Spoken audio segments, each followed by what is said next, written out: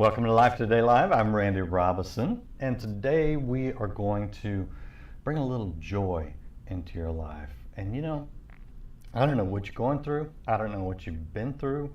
I know 2020 has been very difficult for a lot of people, but there is light at the end of that tunnel. There is joy, and so I have someone who can talk about that from personal experience, and she's very successful right now. And so if you Google Dawn Barton, who is with me live right now, then you will see all sorts of wonderful, nice things.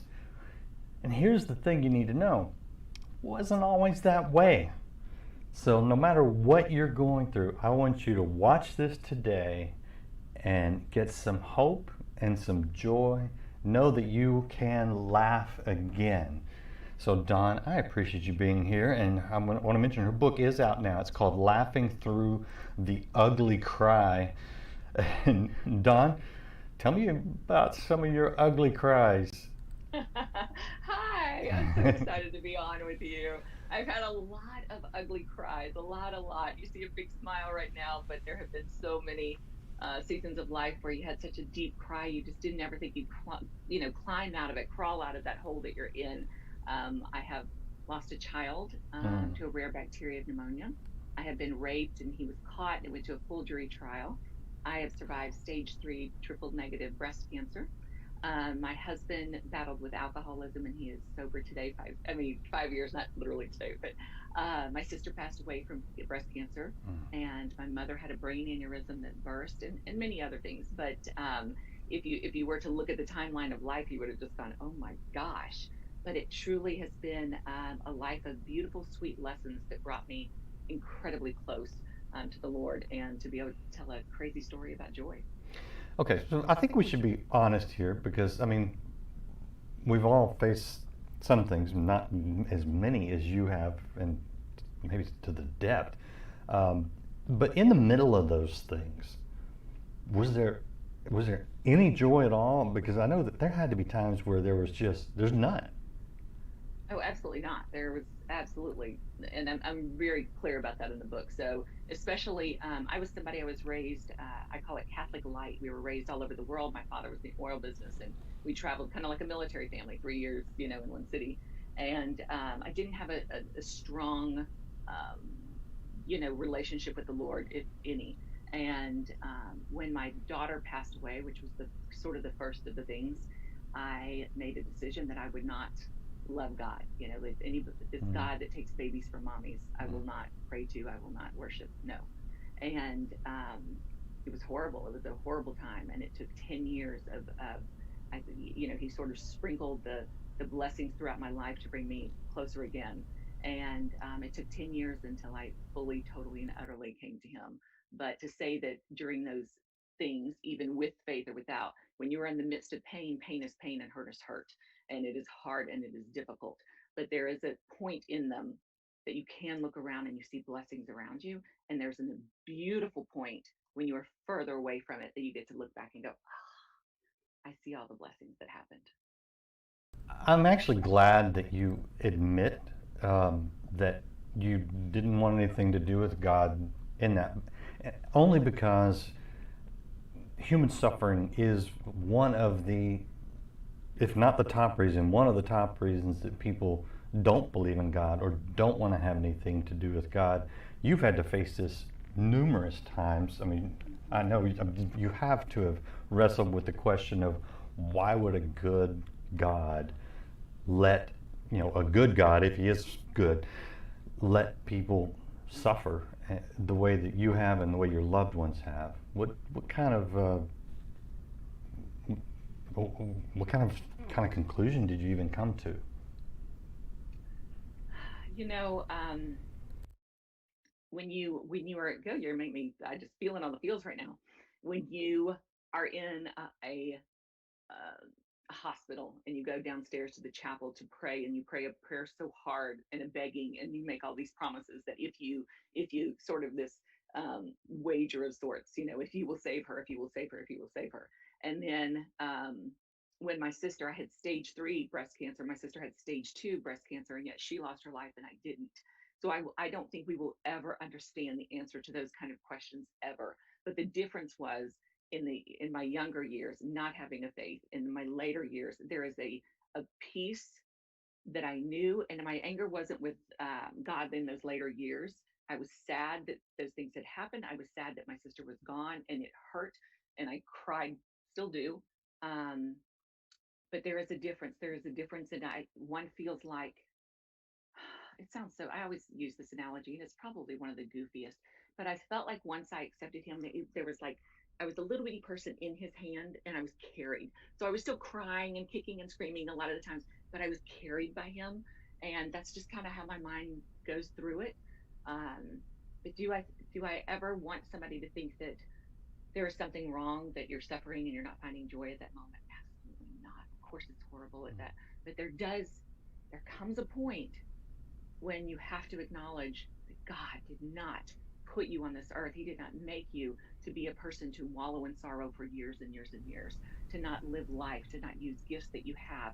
There's a season for grieving, and there's a seasons where a season you need to make a choice to get out of bed. Sometimes it literally is get up and take a shower, and it's those baby steps. But it is for me. I had a young child after my first child. I had a 3-year old after we lost our daughter Madison, and she was the reason. And it was I was faking it at first to try to act happy, and then it was authentic and it was real.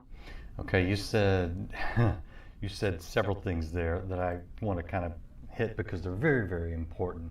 And one, and I've heard this over and over from people who have been through horrible tragedies, and that is that it's not that we won't go through suffering in this life, but for the Christian, for the believer, it's that God promises to walk with us through the suffering, and that makes a huge difference. And you having walked through so many, I'm kind of hearing that. Is that right?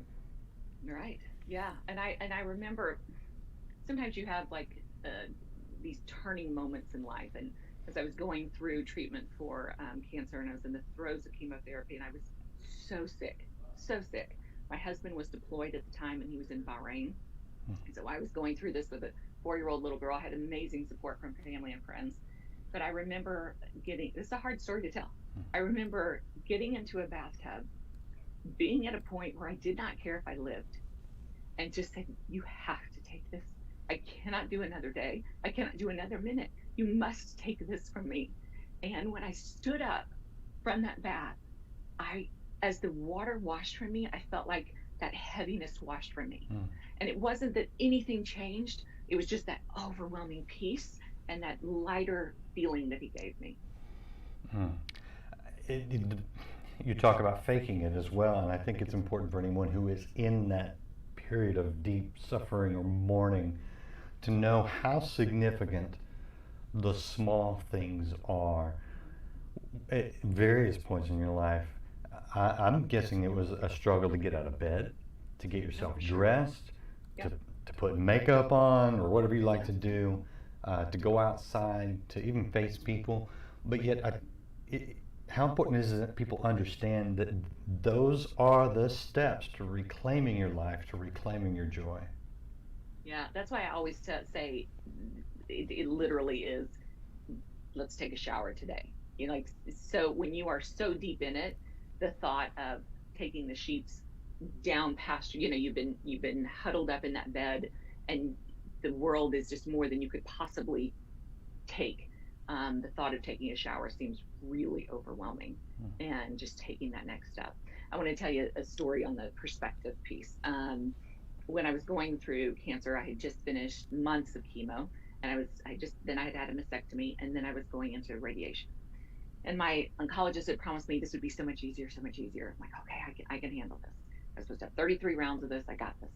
So I go in for my first round, and sitting across from me is a woman who has all of her hair. I'm bald at this point. I've been through lots of treatment.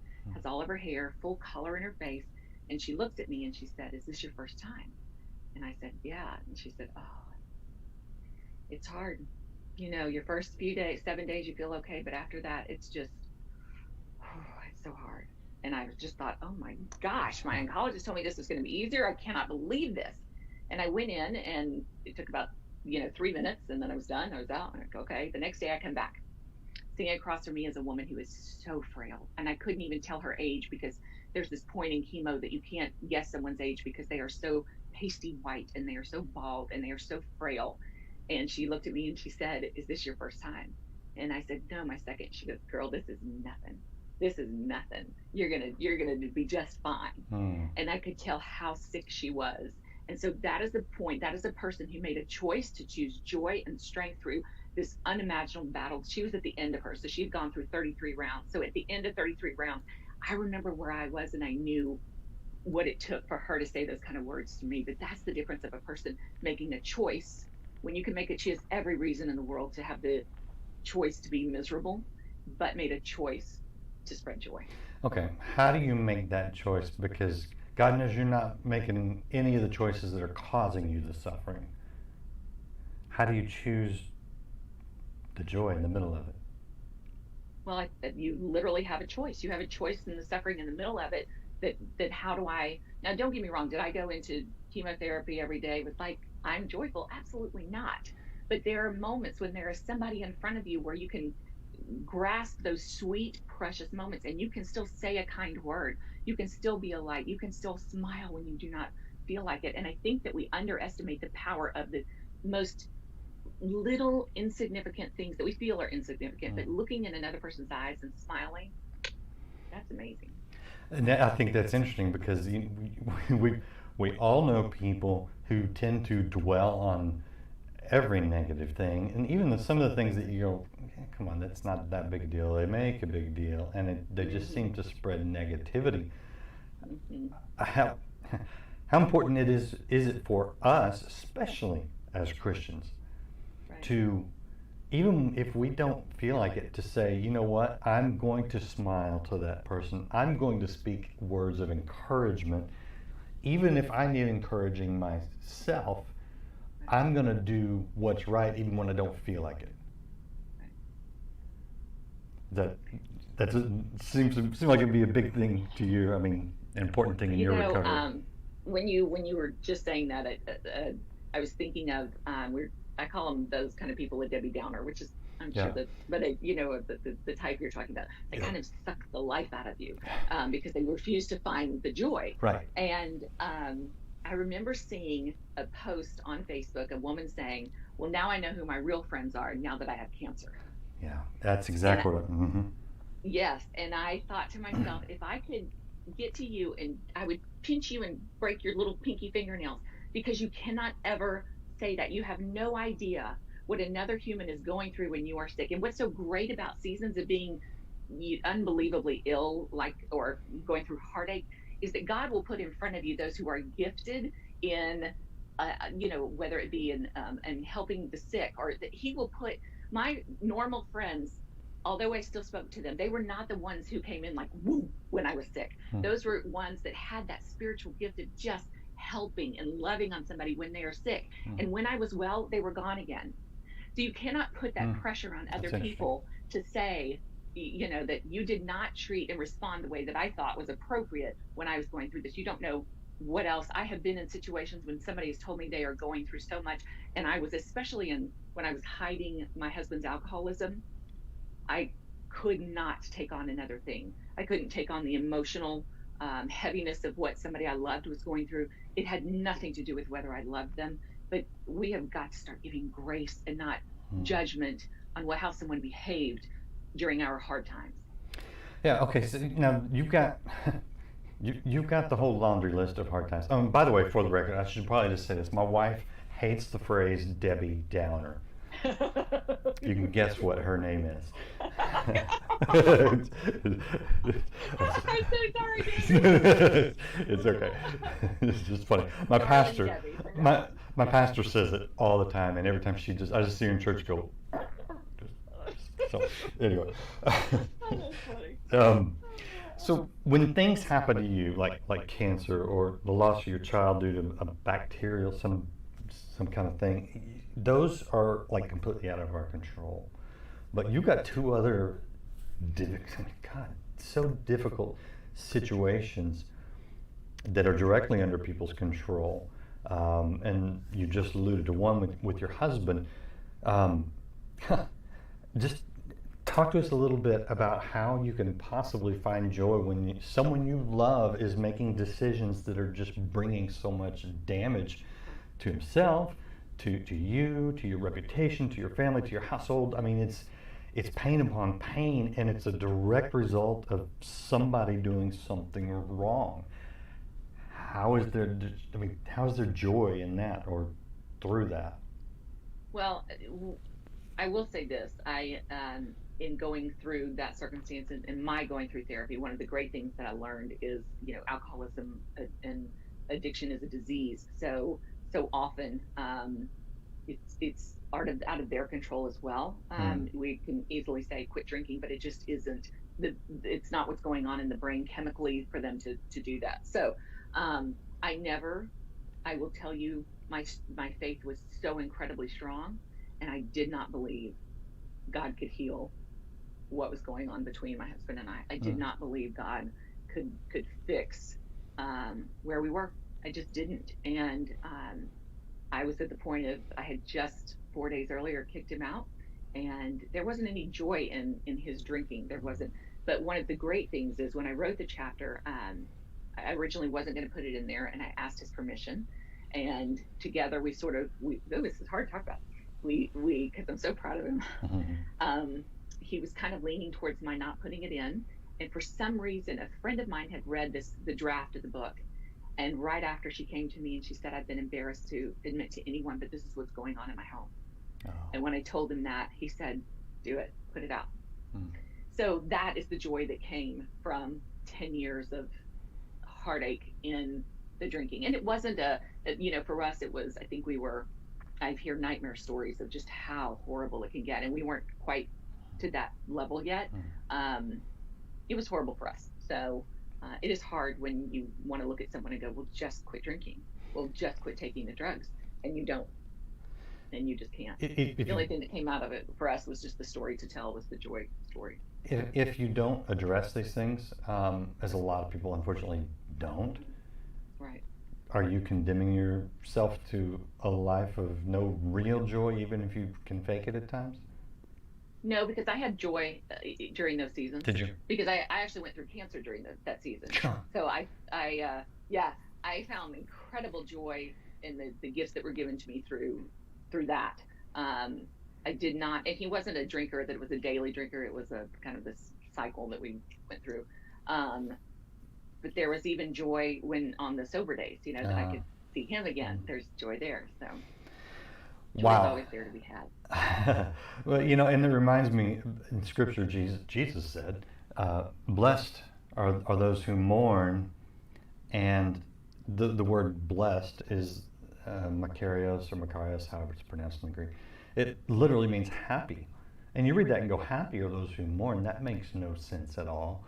And I've heard different takes on that, but I think you just got to read the rest of the sentence because Jesus says why they will be happy. He says, for they will be comforted.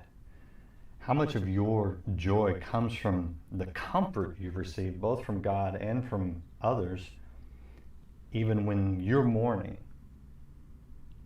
A ridiculous amount. Mm.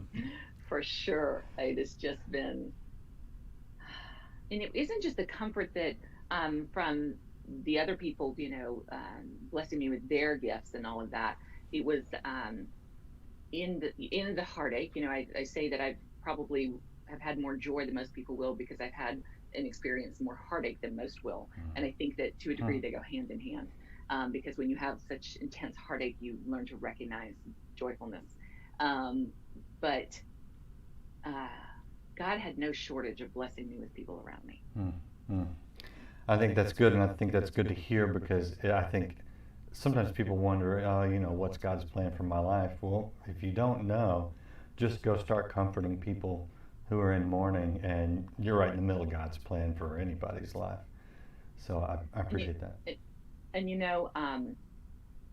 during that kind of season, I was 2 years ago. I was the number 7 producer in Mary Kay Cosmetics, the number 7 sales director. And I had a dream, and God said, "You're going to write a book." I said, "Oh no, I'm not. I'm not a writer. I'm not a reader. I'm not. I don't even journal. I'm not your girl." And you just wake up, write it down. And I think when I tell that story, I sound like cuckoo Looney Tune. I know that I do, but that is what happened. And that was, it's about 940 days ago that that dream happened. And I had to take a giant leap of faith. But because I had been through the seasons of heartache, I knew his voice so well. Mm. I felt him so easily that I knew that he was calling me to take a leap of faith. And it was quite the leap for a girl who literally after the dream Googled, how do you write a book? So, and so I left all of it, took the leap of faith to write this book and put it out to the world. Yeah, one word at a time. And that's Yes. the thing, because you have to write the words. They don't write themselves by themselves. Right. You know how much work it is. Yeah. All right, now this one, and this is hard to talk about, but it's important to talk about. And that, you mentioned that you were not only raped, but it went to trial, Uh-huh. which I I've heard from others. I don't know about you, but I've heard from others that that's like having to relive it every Mm-hmm. single day that you're in trial, which can be very painful. Right. Um, ha- if there's any situation that could, I think, potentially rob one's joy and just put you into cynicism about mankind, about God, anything, is that when it's when evil is perpetrated from one person to another, uh, senseless, nothing but evil, nothing but harm, nothing but pain, and murder and rape, I think, are at the top of the list of just ultimate violations. Tell me just help me understand your perspective during that time. Gosh.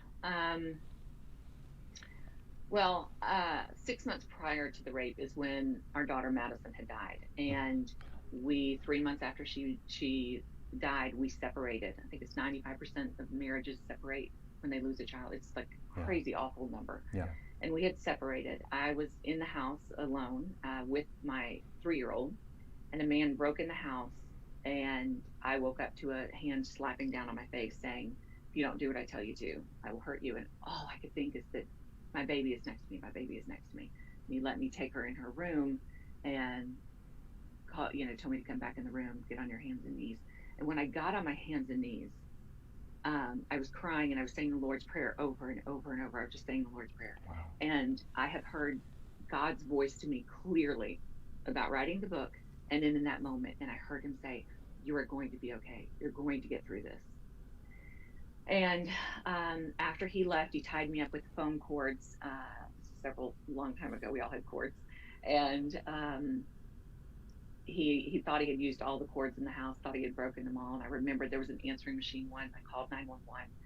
And 911 picked him up because he flagged down a cop because his truck wouldn't start. And they brought him to the house right after for me to ID him. And it went to a the trial was awful, but for those who don't know, what's really awful is that anybody who is the victim of a rape then has to go to a hospital and have done what's called a rape kit, yeah. which is horrid. And so that was one of the pinnacles of like, just cannot believe that was just horrid. But it took me a lot of therapy. I was one hot mess of a human for a lot of years because in a 1 year period I'd gone through a divorce, the loss of a child, and the rape. So it's a lot of therapy. I, I mean, you've obviously, I mean, I said bounce back. Do you ever recover from that? Really? I hope I never do.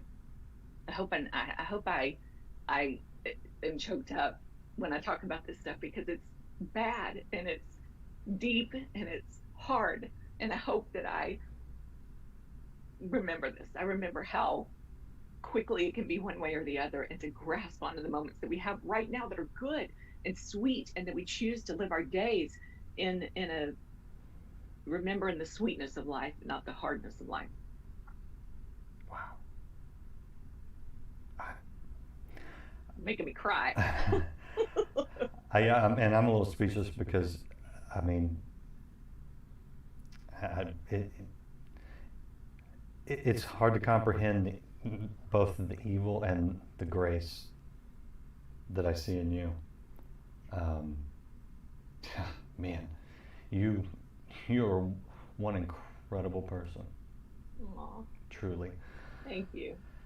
So now um, you're in a much better place, thank God, right now. Hmm. Hmm. What are you doing? I mean, your book is out. Let's celebrate that. Let's show the book. There it is. It's called Laughing Through the Ugly Cry. And I know that we've heard, you know, some of your story. We know how ugly life has been to you, and yet you still use the words laugh and joy. And I just, what what do people have to hear I from you? think people have to, truly, if you were to say it's the most ridiculously cliched line, is that joy is a choice. Like it is not up to your husband, it is not up to your mama, it is not up to your kids, it is not up to your, hairdresser. It isn't, although they do make you kind of happy. I just got a haircut today. That was very exciting. It is up to no one else for you to find happy. That is your choice. And when you make the choice of, to me, joy is God, God is joy. When you make a choice for God, and then you make a choice to keep going another step, another step, another step, to just, the dates on our when we die, the year we're born, the year we die, and you have that dash in between. You have all the choice in the world of what that dash means. And is it going to be, I'm not going to say Debbie Downer, and I can't think of another person, a really sad story, or is it going to be a great story? A great story. Great stories are not like this. Great stories are like this. And if you can embrace that, that is a great story. My life is well lived. I had heartache and I learned from it. And then, I love that the saying that the test comes from the testimony and the mess is from the message, the message from the mess. And I love those things because it is in, um, the trenches that I came to know God, like in a beautiful, deep way. It wasn't standing on a mountaintop feeling super joyful and Mm, perfect. mm, mm. Okay, so how contrast, if you can, um, going through those things, and we touched on this earlier, I know, but do you, if you're talking to someone, do you tell them, yeah, you can find joy, I mean, on your own, you make that choice, or do you say, hey, without God, you're really not going to recover the joy? I guess I'm looking for the contrast Yeah. between Um, God and no God, sort of. well, in the most simplistic of terms, it feels very different to go through heartache with faith versus heartache without faith. So I can tell you that. However, um, I have been in a place where, had you started quoting scripture to me in the depths of my heartache, I would have punched you I hear you. because, like that is not what I wanted or needed. But what I didn't understand is that God shows up through people, and that love that I felt from other people, that was God showing up for me. Okay. Um, uh, Go ahead. No, I just want to say, because I think that's very important, and so I'm wondering what you would say to the Christian who knows someone who's going through suffering, who wants to help, and their natural reaction is to quote scripture. I get that too. What do they do or say or don't say? Well, my first thing would be know your audience, right? Like, I mean, who are you speaking to? Are you speaking to a person of profound faith? But even if they are a person of profound faith, sometimes the quoting of the scripture is not what we need. I remember being in the depths of healing through, well, in the throes of chemo actually, and all I wanted was for someone to just be real with me, Yeah. like come over and talk to me real, complain about your husband, tell me you've gained weight. But all that people kept saying is, well, I know you're going through a hard time, so I don't want to. And then I was just like, please love me authentically. Mm. Somebody love me authentically. So that would be my, don't go quoting scripture, go with Mm. open arms of love, Living it. like deep, beautiful love. Yeah. And I am not somebody who's probably ever going to show up at somebody's house. My calling is not that gift of, I'm not going to bring you a meal because you hate me if I did. And I'm not great at sending cards. I'm not great at being that person who's by your bedside. but I am great at other things. And um, if we use the gifts that we have to Yeah. love on people the best that we can, it will all work out. Yeah. Just live the gospel, basically. Yeah. Yeah. That's it. Wow, a wealth of encouragement and insight, and gosh, I appreciate you. Aw, So, this has been fun. I'm going to show the book again, but I want you to tell people where they can find you online on social media. Yeah, I'm very active on Instagram and Facebook, so you can find me at Dawn R. Barton. Everybody thinks I'm doing like some pirate thing, Dawn R. Barton, but it's Dawn R. Barton and dawnbarton.com as well. All right, and there's the website right there. Just add the R for the social media. And Don, again, I really just appreciate you and for choosing joy and showing other people how to do it. And I hope that you never have one.